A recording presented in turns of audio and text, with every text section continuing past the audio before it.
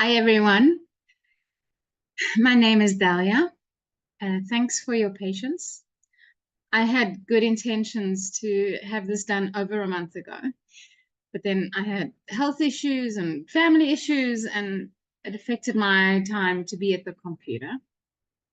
Regarding the war, we've had highs and lows, hopes raised and dashed, more soldiers killed, some hostages rescued, more soldiers killed, more missiles, rockets hurled at us. We are living in a state of war. So I really appreciate you waiting. Thanks for your prayers. We cherish them. I cherish them. Thanks for anyone who reaches out and just asks how we are. It really, really helps. Thank you for the questions that I received. I'm going to try my best to answer them as accurately as possible. One of the passages of scripture that motivates the way I communicate is Matthew 12, verse 36. But I say to you that for every idle word men may speak, they will give account of it in the day of judgment. For by your words you'll be justified, and by your words you'll be condemned. And my own personal conviction is that if I'm going to give an account for every idle word, how much more for every intentional one? So that, meaning that I try to avoid propaganda and clickbait headlines and breaking news, and I'm going to share facts and truth as I know them. Even, when I'm working, I haven't worked since October, but even in my, when I'm guiding, I'm a tour guide. So having said that, very quickly, because I don't want to cut into our time, just a little bit about me. I am a licensed guide with the Israel Ministry of Tourism. I was born in Israel to parents who were born in Israel, to grandparents who were born in the land of Israel during the time of the British Mandate. And also their parents were born at the time of the Ottoman rule, when the land of Israel was part of southern Syria. So in other words, I'm 9th generation born in the land of Israel. My grandchildren are 11th generation born in the land. I've spent more than half my life here, but you'll hear that my English is not typically Israeli. I learned to speak English in South Africa. It's where I met my husband. We've been married for 31 years. We've got 2 adult children, both married. Our daughter has given us grandchildren so far. But we came back to live here in Israel in 1999. I've lived in Israel more than half my life. I have deep ties to the land, but more importantly, I think, I have deep ties to the Bible. I believe in the God of Abraham, Isaac, and Jacob, and his word. And his word is who became flesh and dwelt among us, that we read in John 1:14. And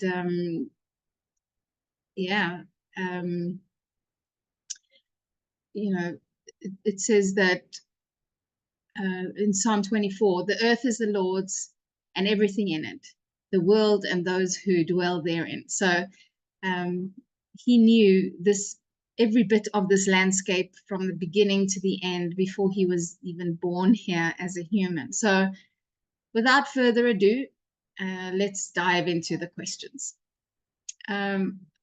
Now, there's no rushing through history and the complex demographic issues and war.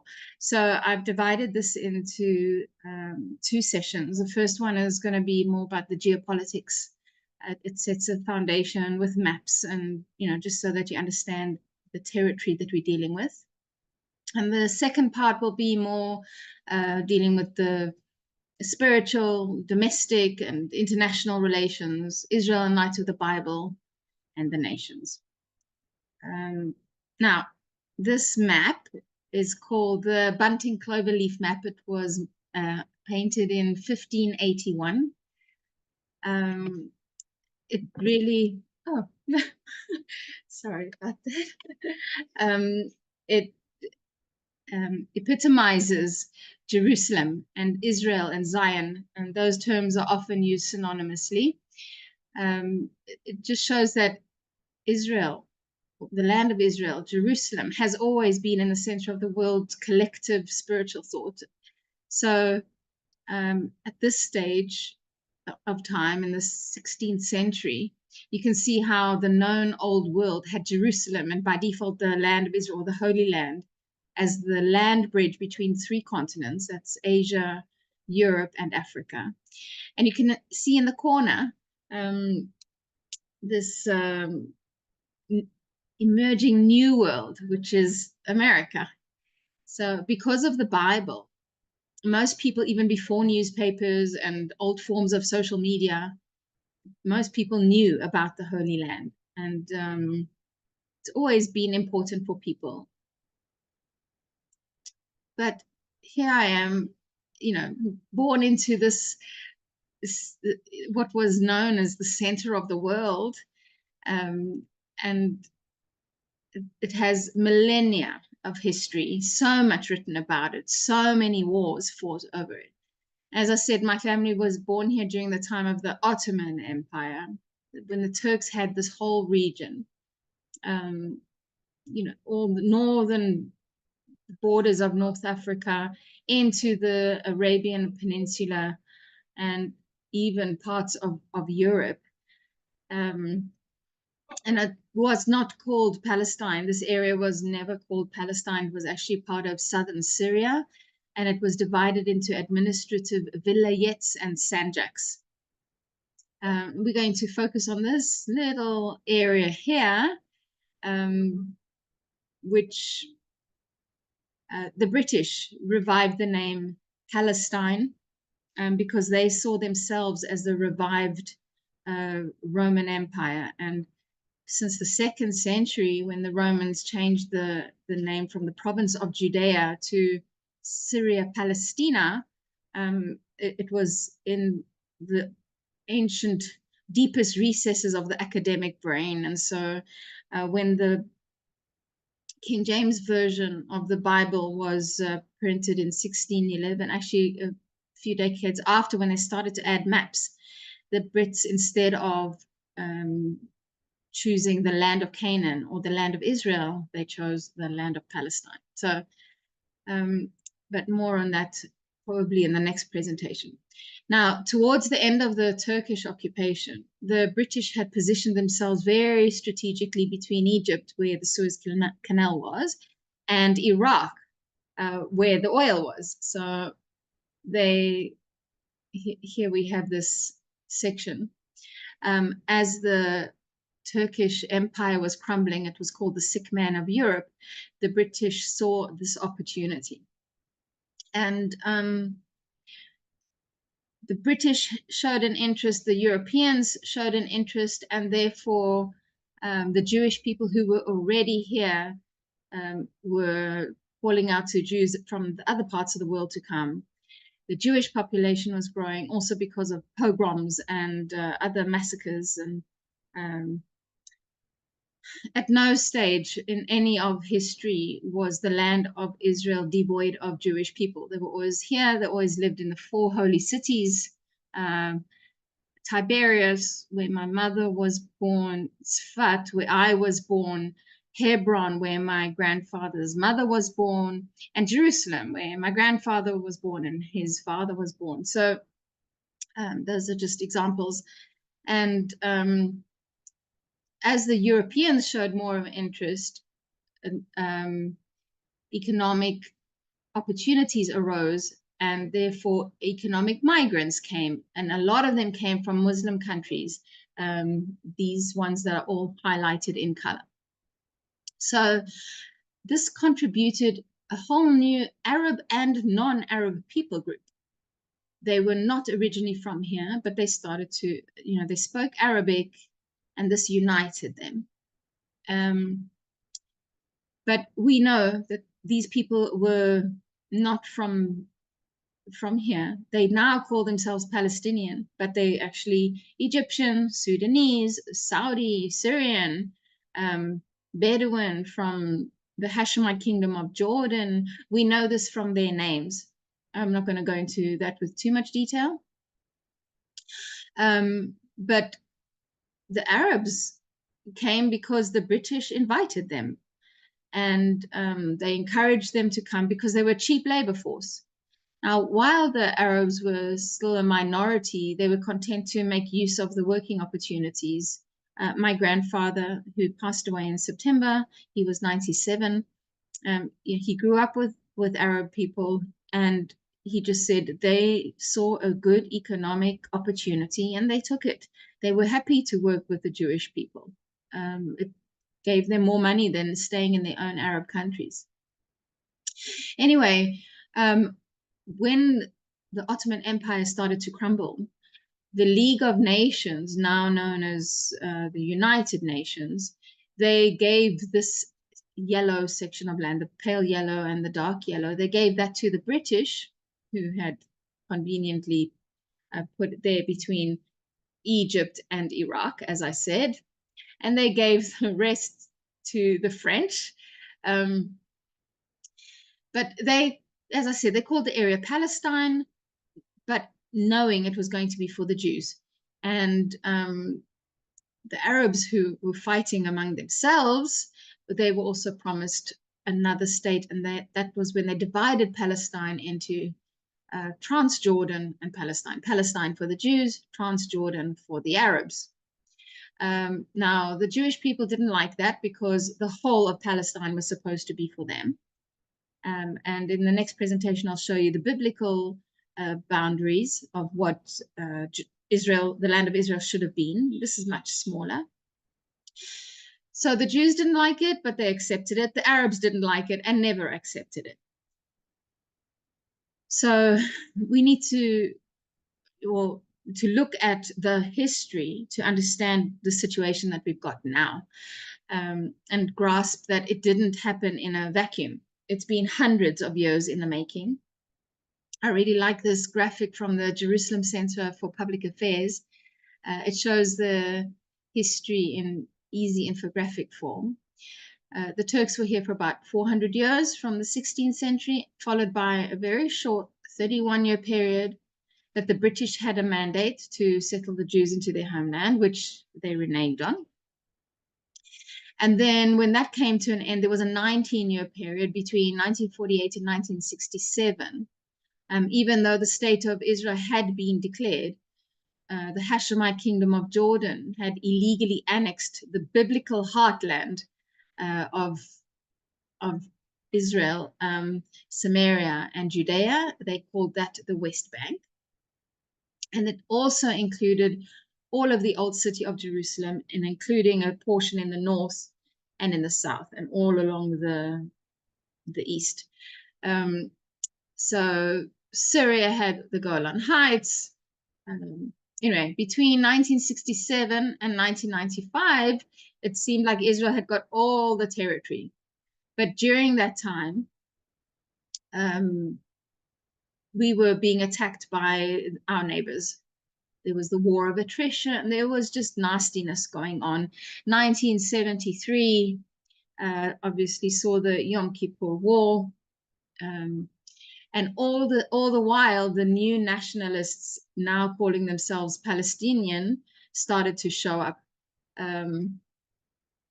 This is a more extensive infographic, just showing what happened after the Camp David Accords and the Oslo Accords. Both of those are defunct now. Nobody adhered to them on the Muslim side. Israel is still trying to adhere to them, but it's actually pointless. So just a brief summary of the geography. Some of the borders are formed by natural geography. So we have the Jordan River flowing along the Syrian African Rift Valley on the east. And then we have the Mediterranean on the west. The two countries that we have agreements with, peace agreements with, is the Hashemite Kingdom of Jordan and Egypt. And then our northern neighbors who don't recognize us, it's Lebanon and Syria. And the peace agreement with Egypt is the oldest since March 1979, and with Jordan since 1994. Now, you saw the little area on the previous slide, the little Gaza Strip. It's only 25 miles long. It varies between 3.7 to 7.5 miles in width. It's a total area of 141 square miles. Now, in 2005, Israel removed all its citizens, everyone. I know people who were living there. They were ripped out, kicking and screaming. They had lived there for decades. Anyway, they were evicted, like really evicted, taken out, and that's when Gaza started to throw tantrums. They elected Hamas, the terrorist organization, in power.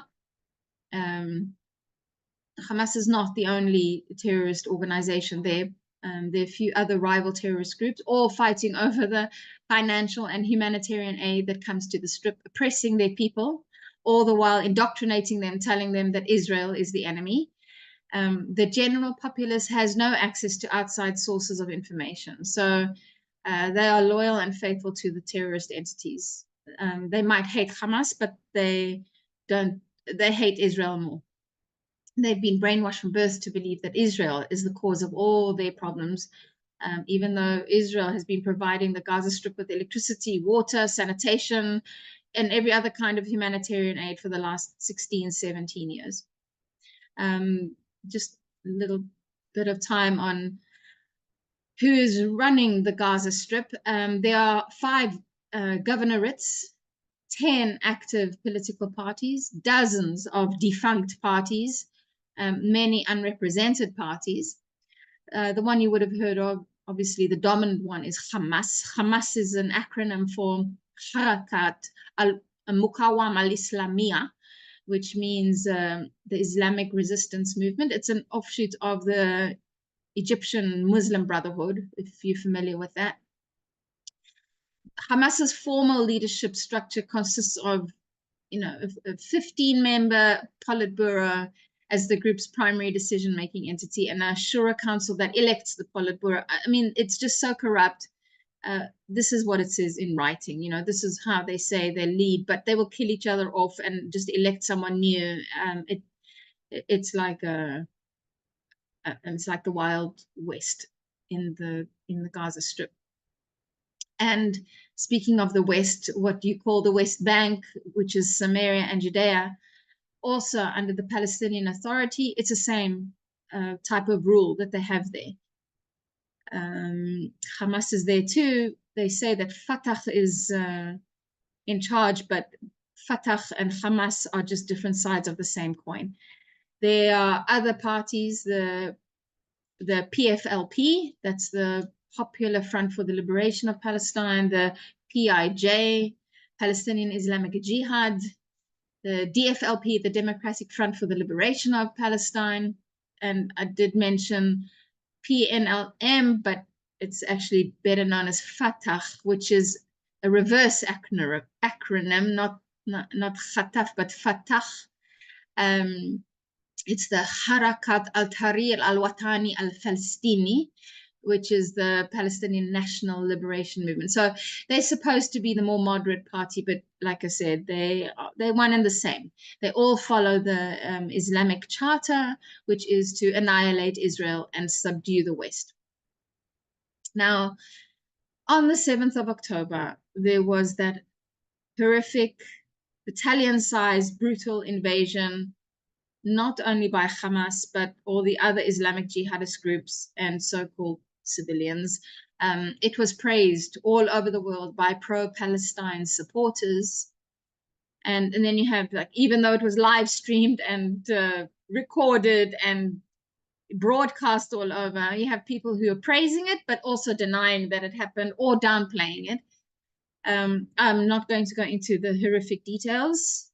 We're still picking up the pieces. Literally, it's it's horrific. But a month later, after the US pressure had painfully delayed our response, on the 8th of November, the Israeli air forces started to enter Gaza to root out the terrorists in an attempt to find and release the hostages. On this map, this graphic, the area in yellow shows where all our communities who were targeted had to be evacuated. There were about, in total, 500,000 of our citizens had to be relocated to safer places. And Israel went in with pincer-like precision. The intent has always been to minimize damage to both civilian lives and civilian infrastructure. The problem is that the terrorist infrastructure is embedded in and under civilian homes, schools, universities, hospitals, you name it. Our defense forces have moved systematically from the north to the south. They evacuated civilian. There's, you know, the population of Gaza is about 2.4 million people. And first they evacuated over 1 million from the north into the south, and then they and then the citizens returned to the north, and then they evacuated from the south over 1 million as well. But you can see that where they've moved back into, they carried on as normal. They carried on shooting at us with the rockets. And Nuseirat camp, as you can see on this map, that is where the 4 hostages were rescued from. Now, we have had this policy of we want to rescue our hostages, dead or alive.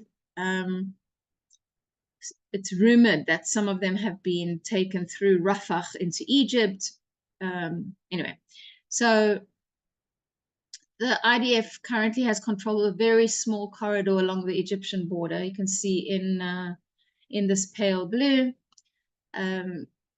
We unfortunately trusted our peace partners in Egypt, and that has been to our detriment, because dozens of tunnels, some of them big enough to drive large vehicles through, have been found, and they obviously have been used to smuggle arsenal from Egypt into Rafah.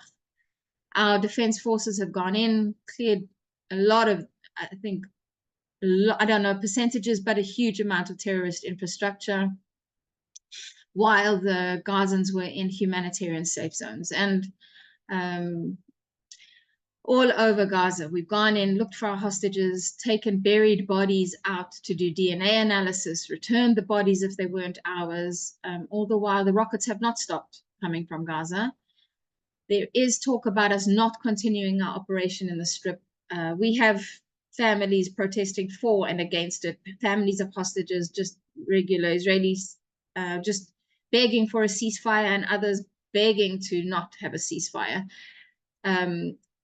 I mean, what's really crazy is, like, now, even today, we had sirens in Kerem Shalom. That is the largest gateway into Gaza from Israel, where the humanitarian aid comes from. And the Gazans don't want it. They keep shooting down the places where we help them from. So it doesn't help and doesn't make any sense.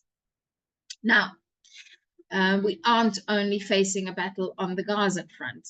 I zoomed out so that you can see this map of the Middle East. We have other radical Islamic entities contributing to this war. I mean, they're all supporting, standing in solidarity with you know, the radical Islamic Jihad, which is Hamas. So we have the Houthis in Yemen. They have fired missiles that have reached our southernmost city and communities in Eilat. It's on the Red Sea. It used to be a peaceful holiday resort like Club Med. And of course, we have Hezbollah in Lebanon. And then we've got Iran. I'm not going to spend too much time on the Houthis, but the US and Great Britain, other Asian and European countries are affected because of the trade route. They're a nuisance more than they are a terrible threat. because, they want a hostile takeover of the whole area. Let's talk about Lebanon. Biblically speaking, Galilee was a region that stretched right into now what is the modern day borders of Lebanon. Galilee means region. So the New Testament calls it the region of the nations. Galil, Goyim, or Ethnos in Greek, or Gentilis in Latin. So the lake of the region, Lake Tiberias, Lake Kinneret, you would have seen when you're reading the Bible, and Tyre and Sidon are further on in the north. But this is the area, this is my old stomping ground. That's where I was born. That's where my family live. We've had friends evacuated. My mother lives in Carmiel. We've had our friend's congregation building in Kiryat Shmona was damaged.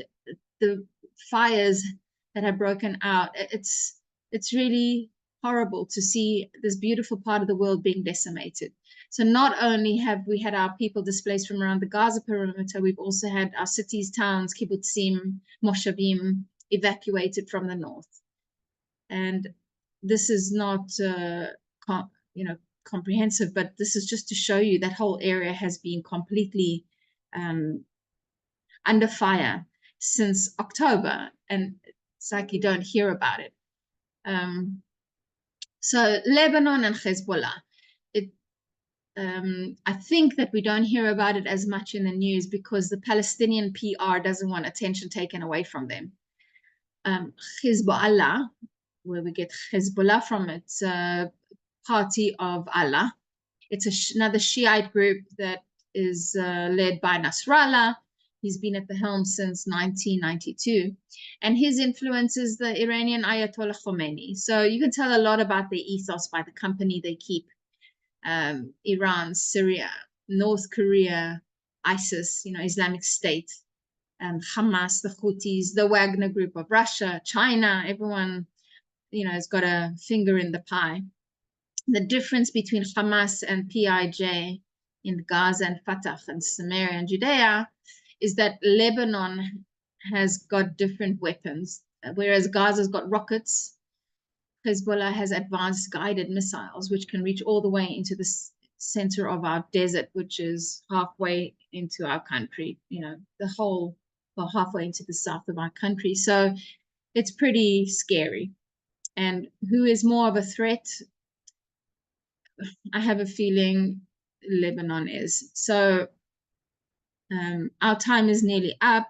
I just want to say that in 1973, during the Yom Kippur War, I was toddling around in a bomb shelter for 21 days. But here we are more than 50 years later, and our people have been in and out of bomb shelters for over 250 days. Most of the people don't know God. I'll discuss that in my next presentation. But for those of us who do know him, we pray that in this dark time, people will turn to him because he alone can help us. He alone can give strength and power to his people. I'm going to end with Psalm 68 with these 5 verses. Let God arise. Let his enemies be scattered. Let those also who hate him flee before him. As smoke is driven away, so drive them away. As wax melts before the fire, so let the wicked perish at the presence of God. But let the righteous be glad. Let them rejoice before God. Yes, let them rejoice exceedingly. Ascribe strength to God. His excellence is over Israel, and his strength is in the clouds. O God, you are more awesome than your holy places. The God of Israel is he who gives strength and power to his people. Blessed be God. So thank you very much, and I will see you in the next session.